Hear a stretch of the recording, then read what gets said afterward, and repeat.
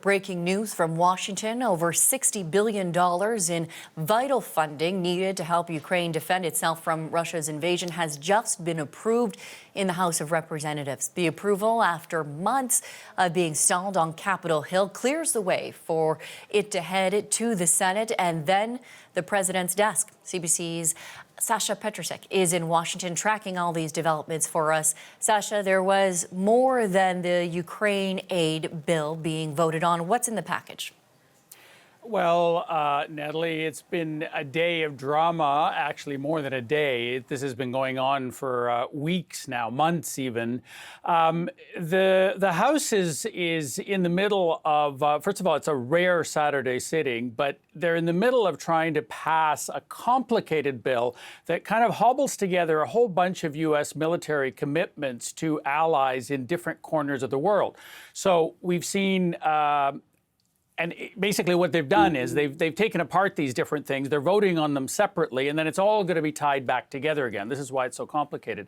There's $8 billion for Taiwan and other Indo-Pacific allies of the U.S. That's been passed.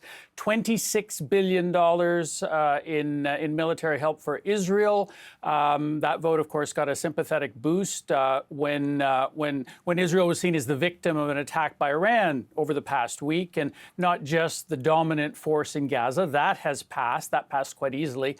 And the contentious part was, as you mentioned, $61 billion to help Ukraine and to prop up its economy. There were a few other things that were thrown in as well to sweeten the deal for Republicans, who are the ones who were kind of complicating this whole process. And most notably, they passed a part of the bill that will effectively ban TikTok, the social media platform, from the United States because it is Chinese owned, unless it changes ownership. So all of that happening today. Lots packed in there. Perhaps, Sasha, you can break down more about the drama that's been sort of behind getting this aid package and this entire package really pushed through.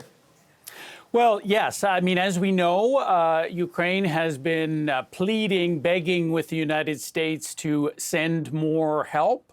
That has had has received a sympathetic hearing among some in the House, but among Republicans, it has been very, very contentious for more than 2 months, and that's really held things up. The bitter split among Republicans, those aligned with Donald Trump, saying that the United States simply can't afford it, that the U.S. has a huge debt, they can't be helping everybody. One quote, for instance, was that this would just further the slide into the abyss of greater fiscal crisis. The United States is facing something like a $34 trillion debt, so that's what they point to.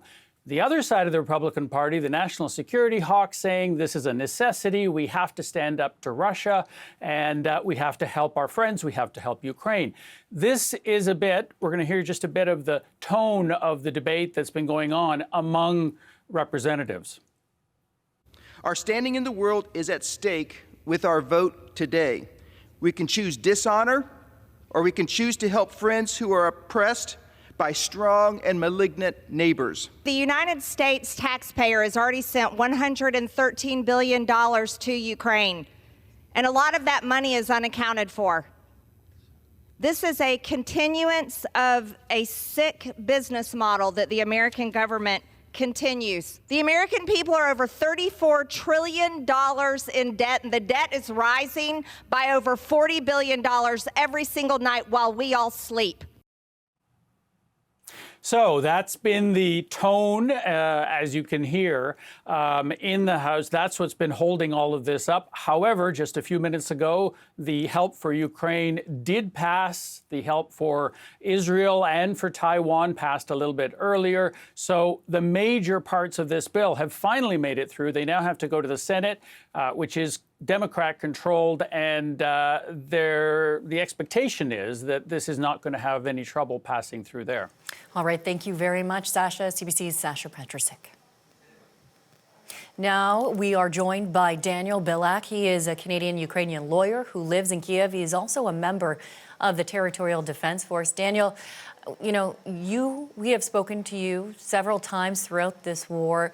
Thank you again for taking the time to speak with us. I'm wondering, first off the bat, if I can get your reaction. What is your reaction to this bill being passed? Well, frankly, I mean, I, like millions of other Ukrainians, feel like we've just been plugged back into the life support machine. We've been unplugged for 6 months and waiting to know whether we were going to be able to fight another day or whether we were going to be left to die on the battlefield. I mean, I'm not exaggerating. We're being outgunned 10-1 right now. The Russians are advancing. But today's a great day. And the fact that we are back in the game now with this funding bill means that we can get back to doing what we do best, which is fighting the Russians. We have proven time and again that if our allies stick with us, they give us the right kit in the right amounts at the right time, we can defeat these guys. I mean, they've had a huge advantage in both in manpower and in weapons over us for 6 months, and all they've managed to do is acquire 500 square kilometers of territory, which is not all that much along a line of 1,000 kilometers of battlefront. And so, we can get back into this game if we get the anti-missile systems that we need to close our skies. We can start taking out their bombers that are pulverizing our cities like Kharkiv and Odessa, which these are cities of 1.5 million people that are being reduced to rubble almost every night. With every morning, we're pulling bodies of babies and mothers out of the rubble, and it's horrific. And if you give us the ammunition, we can win this war, and this war is winnable. So, Daniel, let's talk about the specifics here for a moment, the tangible specifics. What does this aid mean for Ukraine in the war effort going forward?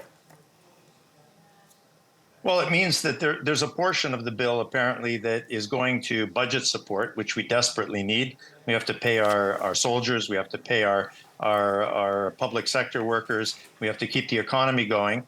But the bulk of the funding goes to the things that we need most, which is missile systems, shells, 155 millimeter shells, ammunition, artillery, ground mobility tanks and armored personnel carriers. We can do this. I mean, apparently, mercifully, the American government has been stockpiling a lot of this stuff on the Polish border, waiting for this bill to pass. And I'm hopeful as soon as President Biden signs it, that stuff is going to come over very, very quickly. It's going to, there's like an air gap in the hose right now. We're going to have to fill it. It's going to take a bit of time. But I'll tell you, we would not have survived much longer without this. I have friends on the front line. I go out there. We take munitions and we take things out to these people, and they're manufacturing bombs out of fertilizer to throw at the Russians. We're being out bombed by artillery 10-1 every day.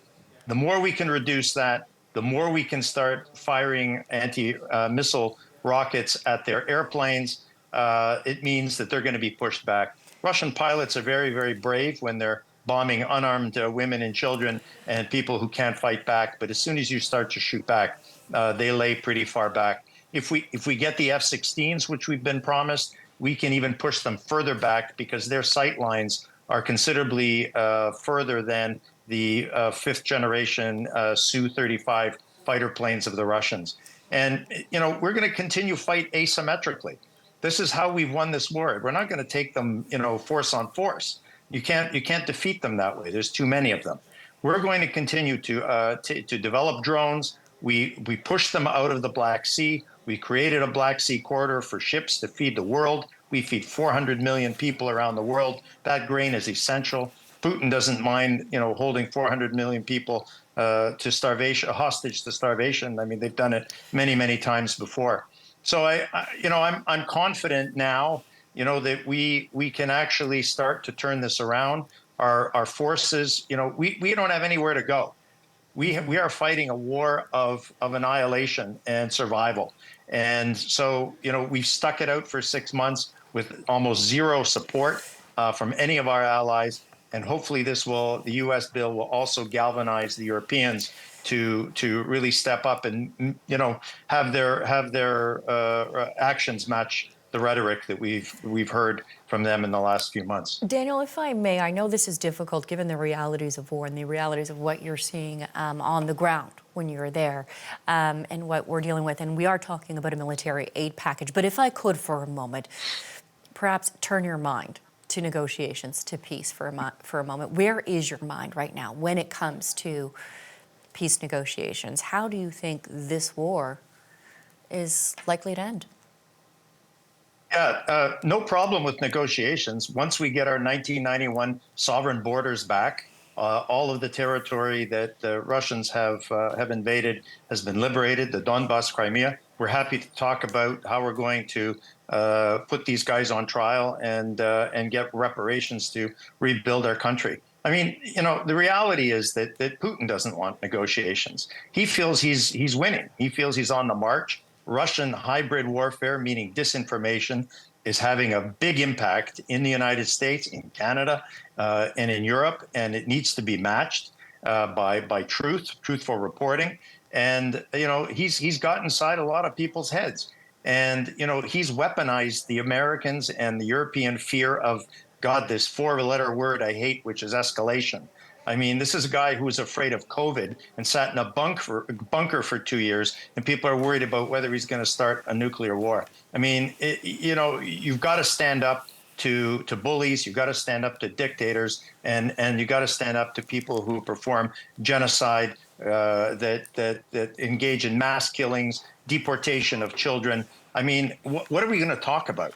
I mean, if we leave him on 1 square centimeter of Ukrainian land, he's just going to use that to regroup and come back. And our neighbors in Eastern Europe, and I now think in Western Europe, appreciate that this war is not going to be over, and there will not be true security in Europe and the world until Russian army is defeated in Ukraine. You have the 4 horsemen of the apocalypse now, Russia, China, North Korea, and Iran, working in tandem to defeat not just Ukraine, but to defeat the United States and NATO. They want to recast the world order in their image, not in the image that we've all lived with in peace. And it's given us peace and security for 70 years. And this is what's at stake. And this is why we need to be armed. The United States and our allies need to be in this war. They need to be in it to win it. We're not asking for troops. Even though President Macron is channeling his inner Joan of Arc these days, which we really appreciate, but just give us the weapons. We'll get the job done. We know how to defeat this enemy.